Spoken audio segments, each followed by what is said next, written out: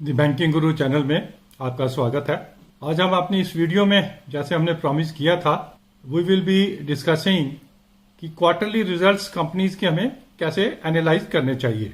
सबसे पहले तो हमें ये मालूम होना चाहिए कि जितनी भी कंपनीज हैं, listed companies on BSE and NSE, they are compulsorily required to declare their quarterly results within 1.5 month। मतलब 30 जून अगर क्वार्टर एंडिंग हुआ तो बाई 15 अगस्त उन सबको अपने रिजल्ट्स डिक्लेयर करने होते हैं। अगर वो नहीं करते हैं तो उन्हें एप्रोप्रिएट अथॉरिटी से एक्सटेंशन लेनी पड़ती है।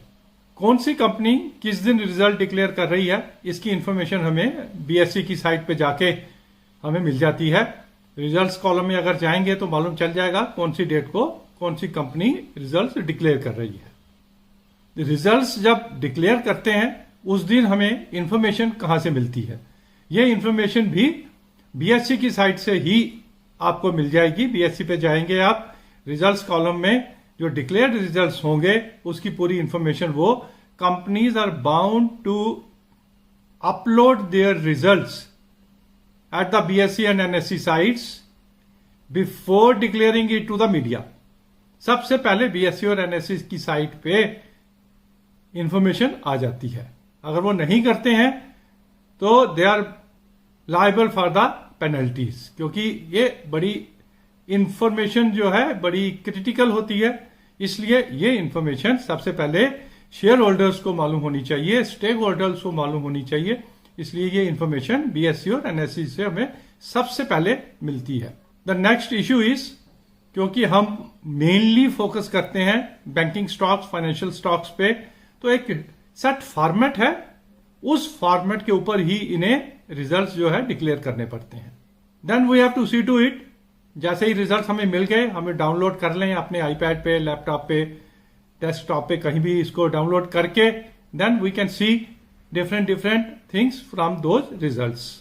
सबसे पहली चीज हमें देखनी है कि जिस क्वार्टर की हम बात कर रहे हैं उस क्वार्टर को हमें एनालाइज करना है और उस क्वार्टर को लास्ट क्वार्टर के साथ हमें कंपेयर करके देखना है। सीजनल इंडस्ट्रीज में हम ईयर ऑन ईयर लेते हैं, अदर देन सीजनल इंडस्ट्रीज में हमें क्वार्टर ऑन क्वार्टर फिगर जो है टैली करनी चाहिए। कुछ कंपनीज लैक्स में डिक्लेयर करती हैं अपनी फिगर्स, कुछ करोड़्स में डिक्लेयर करती हैं और कुछ मिलियंस में डिक्लेयर करती हैं। लैक्स को हमें करोड़ में कन्वर्ट कर लेना है, मिलियंस को भी हमें करोड़ में कर लेना है। मिलियंस को अगर 1 जीरो लगाएंगे फिगर के साथ तो वो लैक्स बन जाएगा और लास्ट के 2 फिगर्स को हम डिलीट करेंगे तो वो करोड़ की फिगर बन जाती है। दैट वे हमें उनको एक सिंगल पैरामीटर पे लेके आना है कि सभी फिगर्स को करोड़ में हमें कंपेयर करना है।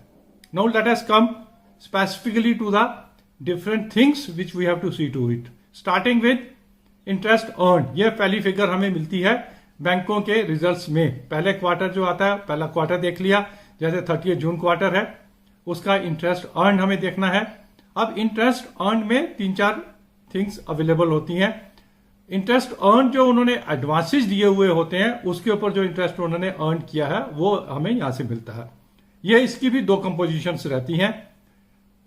एडवांसेस बढ़ गए तो इंटरेस्ट अर्न बढ़ जाएगा, रेट ऑफ इंटरेस्ट बढ़ गया तो इंटरेस्ट अर्न जो है बढ़ जाएगा। तो ये कॉम्बिनेशन ऑफ 2 थिंग्स, एडवांसेस का बढ़ना एंड घटना और रेट ऑफ इंटरेस्ट का बढ़ना और घटना, ये हमें इंटरेस्ट अर्न की फिगर में हमें रिफ्लेक्ट करता है। Then there is next important item for us is other income. अब अदर इनकम में आजकल काफी कुछ ऐड होके आता है। अदर इनकम में हमारे लिए 2 आइटम जो है इंपॉर्टेंट, 3 आइटम इंपॉर्टेंट रहती हैं। पहले अदर इनकम में फी इनकम आती है, जो रिन्यूअल्स वगैरह होती है, फी इनकम आती है। देन अदर इनकम में ट्रेजरी इनकम भी अदर इनकम का पार्ट होती है। सेकंड इंपॉर्टेंट आइटम जो आजकल बनी हुई है, वी हैव टू सी कि ट्रेजरी इनकम उनकी कम हुई या ज्यादा हुई। फी इनकम जो है generally 3rd and 4th quarter में ज्यादा होती है और 1st और 2nd क्वार्टर में कम होती है। And the third item is also there कि जितने उनके बैंकों के राइट ऑफ अकाउंट्स होते हैं, एनपीए के बाद वो राइट ऑफ कर देते हैं, उनकी जो रिकवरी आती है वो भी आजकल अदर इनकम का पार्ट बना के दिखाई जाती है। तो हमें ये दो आइटम्स यहां पर देखनी है। इंटरेस्ट अर्न देख लिया, उसके बाद अदर इनकम देख ली, अदर इनकम के 3 पैरामीटर्स देख लिए, उसको कंपेयर कर लिया, तो ये हमारी बन जाती है टोटल इनकम उस क्वार्टर की। Next comes the interest expanded. Interest expanded के डिपेंड करता है कितना वॉल्यूम ऑफ डिपॉजिट्स है और रेट ऑफ इंटरेस्ट डिपॉजिट्स का क्या है। डिपॉजिट्स के वॉल्यूम बढ़ गए, रेट ऑफ इंटरेस्ट बढ़ गया, तो इंटरेस्ट एक्सपेंडेड मतलब जो इंटरेस्ट उन्होंने दिया वो फिगर बढ़ जाती है। कई बारी डिपॉजिट्स घट गए लेकिन रेट ऑफ इंटरेस्ट बढ़ गया, तो उससे भी ये इनकम बढ़ जाती है। तो हमें देखना है कि ड्यूरिंग द क्वार्टर इन्होंने टोटल डिपॉजिट्स बढ़ने से इनकम बढ़ रही है, रेट ऑफ इंटरेस्ट बढ़ाने से इनकम बढ़ रही है, या इनकम इनको एक्सपैंड करनी पड़ रही है, मतलब देना पड़ रहा है। ये दोनों आइटम हमें देख के चलना है। अब एक्सपेंडिचर साइड पे इंपॉर्टेंट आता है ऑपरेटिंग एक्सपेंसेस। यह भी एक मेजर फिगर होती है जिसमें दो चीजें आती हैं। एक तो जो रोजमर्रा के इनके खर्चे हैं, रेंट है, रेंट ब्रांचेस का रेंट है, एटीएम्स का रेंट है, इलेक्ट्रिसिटी है, water and all those thing जो है इसमें आ जाती हैं। The second important is employ cost. तो ये दोनों चीजें कंट्रोल में रहनी चाहिए ऑपरेटिंग एक्सपेंसेस में। अगर किसी बैंक की एम्प्लॉय कॉस्ट बढ़ रही है, कई बार बढ़ जाती है जब ये वेज रिविजन होते हैं, तो उन क्वार्टर्स में एम्प्लॉय कॉस्ट हमें बढ़ी हुई दिखती है। लेकिन जनरली एम्प्लॉय कॉस्ट जो है मोर और लेस स्टेगनेंट रहनी चाहिए। जो अदर ऑपरेटिंग एक्सपेंसेस हैं ये भी कंट्रोल में रहने चाहिए। अभी रिसेंटली कुछ बैंकों का मर्जर हुआ है, तो उन बैंकों के ये जो अदर एक्सपेंसेस हैं, अदर ऑपरेटिंग एक्सपेंसेस, ये कम होने चाहिए, क्योंकि रैशनलाइज कर रहे हैं अपने ब्रांचेस की, स्टाफ का रैशनलाइजेशन कर रहे हैं, तो ये थोड़ा कम होना चाहिए। इन दोनों को मिला के डिपॉजिट्स पे जो इंटरेस्ट दिया और इनके ऑपरेटिंग एक्सपेंसेस को मिला के टोटल एक्सपेंडिचर की हमें फिगर मिल जाती है। अब पहली आइटम हमने देखी थी टोटल इनकम, जो हमें एडवांसेस पे हुई और अदर इनकम को मिला के हुई। दूसरी आइटम हमने देखी टोटल एक्सपेंडिचर, जिसमें इंटरेस्ट हमने जो दिया और उसके साथ हमने जो हमारे एक्सपेंसेस हुए, ये मिला के टोटल एक्सपेंसेस बन जाते हैं। अब दोनों का जो नेट रिजल्ट आएगा वो आएगा operating profit. That is operating profit means business profit कहते हैं, जिसे ऑपरेशन से प्रॉफिट जो होता है, ये एक बड़ी इंपॉर्टेंट आइटम रहती है। इससे हमें पता चलता है कि overall operations of A bank वो बढ़ रही हैं या घट रही हैं। नेट इंटरेस्ट मार्जिन भी यहीं से मिलता है, नेट इंटरेस्ट इनकम भी हमें यहीं से ये फिगर हमें मिलती है। इसके बाद हमारी दो फिगर्स और हमारी इंपॉर्टेंट आती हैं, प्रोविजंस की फिगर और provisions for NPS, miscellaneous provisions and provision for tax. बैंकों की मैनेजमेंट के ऊपर डिपेंड करता है कि वो अपने एनपीएस लेवल्स को देख के अपना पीसीआर कितना रखना चाहते हैं। PCR is provision coverage ratio. कुछ बैंकों का पीसीआर 90% है, कुछ बैंकों का 60% है। यह डिपेंड करता है बैंक टू बैंक कि ऑपरेटिंग प्रॉफिट को देखते हुए वो इस पीसीआर को कितना मेंटेन करना चाहते हैं, उसके ऊपर वो अपना प्रोविजन रखते हैं। कुछ कंटिजेंसी प्रोविजंस भी होती हैं, जैसे फ्रॉड्स वगैरह हो गए या अभी डिटेक्ट हो रहे हैं, तो एक आइडिया लग जाता है बैंकों को कि यस इस केस में हमें प्रोवाइड फॉर करना पड़ेगा, तो वो उसमें भी कंटिजेंसी प्रोविजंस में डाल देते हैं, क्योंकि उनके ऑडिटर्स इंसिस्ट करते हैं कि जब आपने आइडेंटिफाई कर लिया कि ये फ्रॉड हो गया है, तो आप फोर्सी कीजिए भी आप कितना लॉस होगा तो उतना प्रोवाइड फॉर करना पड़ता है। तो ये हमारी प्रोविजंस की फिगर जो है ये हमारे ऑपरेटिंग प्रॉफिट में से लेस की जाती है। अब प्रोविजंस की अकाउंटिंग क्या होती है? एक तरफ से तो हमारे प्रॉफिट में लेस हो जाता है, दूसरा हमारा ये बैलेंस शीट में एक हमारे जो रिजर्व एंड सरप्लस रहता है उसमें एक प्रोविजन की फिगर आ जाती है। ऐसा नहीं है कि जितनी प्रोविजन हुई वो सारे के सारे लॉस में चली जाती है या वो एक्सपेंडिचर हो जाता है। दिस इज इनडायरेक्टली जितनी ज्यादा प्रोविजन होती है वो बैंकों की बैलेंस शीट हमें स्ट्रेंथन दिखाती है, एक किस्म का सीक्रेट रिजर्व टाइप होती है। नेक्स्ट जो है टैक्स एक्सपेंडिचर या टैक्स की प्रोविजन जो करनी पड़ती है, वो डिपेंड करता है आप कितना प्रॉफिट आने वाला है, उसके ऊपर मैनेजमेंट टैक्स का प्रोविजन कर लेती है, क्योंकि अगले 2-3 क्वार्टर में उन्हें एडवांस टैक्स भी देना है और उसके बाद रिटर्न फाइल करके जो टैक्स देना है उसकी प्रोविजन हमें क्वार्टर ऑन क्वार्टर हमें करनी पड़ती है। ऑपरेटिंग प्रॉफिट में से ये 2 आइटम जब हम घटा लेते हैं, प्रोविजंस और प्रोविजन फॉर टैक्सेस, तो हमें मिलता है नेट प्रॉफिट। तो नेट प्रॉफिट जो है जनरली हम नेट प्रॉफिट को फिगर को ही मान के चलते हैं, देख के चलते हैं कि किसी भी बैंक की प्रॉफिटेबिलिटी किस तरफ चल रही है। लेकिन मेरे लिए ऑपरेटिंग प्रॉफिट मोर इंपॉर्टेंट रहता है, क्योंकि बाकी प्रोविजंस तो बैंक की मैनेजमेंट की कॉल के ऊपर कम या ज्यादा हो जाती हैं। Then we have to see to it the asset quality. Asset quality के लिए हमारे पास फिगर्स रहती हैं ग्रॉस एनपीए की और नेट एनपीए की। ये फिगर उन्हीं में ही हमें दी जाती हैं। इसे हमें कंपेयर करना पड़ता है पिछले क्वार्टर के साथ। ग्रॉस एनपीए कम हो गए या ज्यादा हो गए, नेट एनपीए कम हो गए या ज्यादा हो गए। अब ग्रॉस एनपीए और नेट एनपीए का डिफरेंस क्या होता है? से 100 रुपीज के हमारे एनपीए हुए, उसके ऊपर हमने 50 रुपीज की प्रोवाइड फॉर कर लिया, मतलब प्रोविजन कर ली, तो हमारे नेट एनपीए हो जाते हैं 50 रुपीज। तो ग्रॉस में से प्रोविजन लेस करके हमारे नेट एनपीए बन जाते हैं। After providing for banks take a call कि हमें कुछ एनपीए जो रिकवर नहीं हो सकते उसे राइट ऑफ भी करना पड़ता है।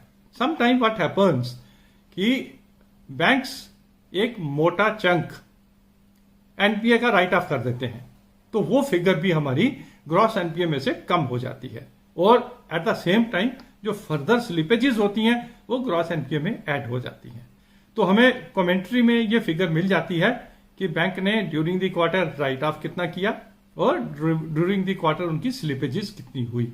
तो हमें राइट ऑफ को निकाल के ग्रॉस एनपीए को देखना चाहिए, क्योंकि उसी से हमें इंडिकेशन मिलती है कि फर्दर स्लिपेजेस किसी भी बैंक के एनपीए की कितनी हो रही हैं। उसके बाद उनका ईपीएस आ जाती है, उनकी कैपिटल की फिगर अवेलेबल है, वो तो क्वार्टर ऑन क्वार्टर सेम ही रहती हैं अनलेस एंड अनटिल वो फर्दर इक्विटी अगर इशू कर रहे हैं या बोनस डिक्लेयर कर रहे हैं या ईसोप्स डिक्लेयर कर रहे हैं, तो तभी छोटी मोटी फिगर ये चेंज होती है। देन नेक्स्ट लिस्ट जो है उसमें से हमें पता चलता है कि ये जो नेट प्रॉफिट आया है इसका नेट प्रॉफिट का बाइफर्केशन क्या है। उनकी बाइफर्केशन में आ जाता है कि उनके ट्रेजरी से हुआ है या उनके रिटेल बिजनेस से हुआ है या उनकी होलसेल बिजनेस से उनको प्रॉफिट हुआ है, वो सब फर्दर डिटेल हमें वहां से मिल जाती है। आजकल दिस इंफॉर्मेशन इज इंपॉर्टेंट, क्योंकि ट्रेजरी इनकम हो रही है, ट्रेजरी लॉसेज हो रहे हैं, उसकी वो फिगर हमें वहां से क्लियरली इंडिकेट हो जाती है। लेकिन उसको भी हमें क्वालिफाई करना पड़ता है कि हमारा टोटल जो रेवेन्यू डिफरेंट सेगमेंट से आ रहा है उसमें उन्होंने पैसा कितना जमा किया है। क्या ड्यूरिंग द क्वार्टर क्या ट्रेजरी में पैसा कम कर दिया, उसकी वजह से ट्रेजरी इनकम कम ज्यादा हुई, या मार्क टू मार्केट लॉसेज की वजह से ट्रेजरी इनकम जो है कम या ज्यादा हुई। ये चीजें हमें देखने के लिए ये इंफॉर्मेशन हमारे लिए इंपॉर्टेंट रहती है। तो मैनेजमेंट की कोई कमेंट्री है वो भी काफी इंपॉर्टेंट रहती है। उस कमेंट्री से हमें काफी इंफॉर्मेशन मिलती है। रूटीन से हटकर अगर कोई पॉलिसी चेंज किया उन्होंने, वो भी उनको कमेंट्री में देना पड़ेगा। अगर उन्होंने कोई सिस्टम चेंज किया वो भी कमेंट्री में देना पड़ेगा। राइट ऑफ की फिगर भी जनरली कमेंट्री में से मिल जाती है। कुछ भी एक्सेप्शनल आइटम जो है हमें कमेंट्री में से मिल जाती है, वो भी हमारे लिए इंपॉर्टेंट रहती है, हमें वो देखना रहता है। देन ये भी इंपॉर्टेंट है कि प्रॉफिट तो हमने देख लिया और इसको पेड अप कैपिटल के साथ हमने कंपैरिजन भी कर लिया ईपीएस निकालने के लिए, बट मार्केट में जो उनकी फेस वैल्यू है शेयर की, ये देखना भी इंपॉर्टेंट रहता है। अब ये इंफॉर्मेशन हमें कहां से मिलती है?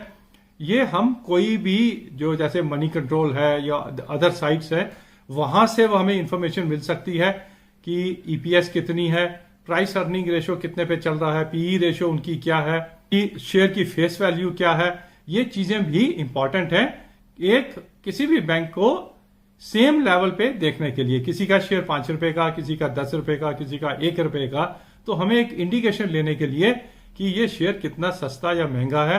Face value of the share भी देखनी जरूरी है कितना सस्ता महंगा है, पीई रेशियो देखने की जरूरत है, प्राइस अर्निंग रेशियो देखने की जरूरत है कि कितनी अर्निंग हुई और उसका प्राइस क्या है, कितने मल्टीपल्स में ये चल रहा है।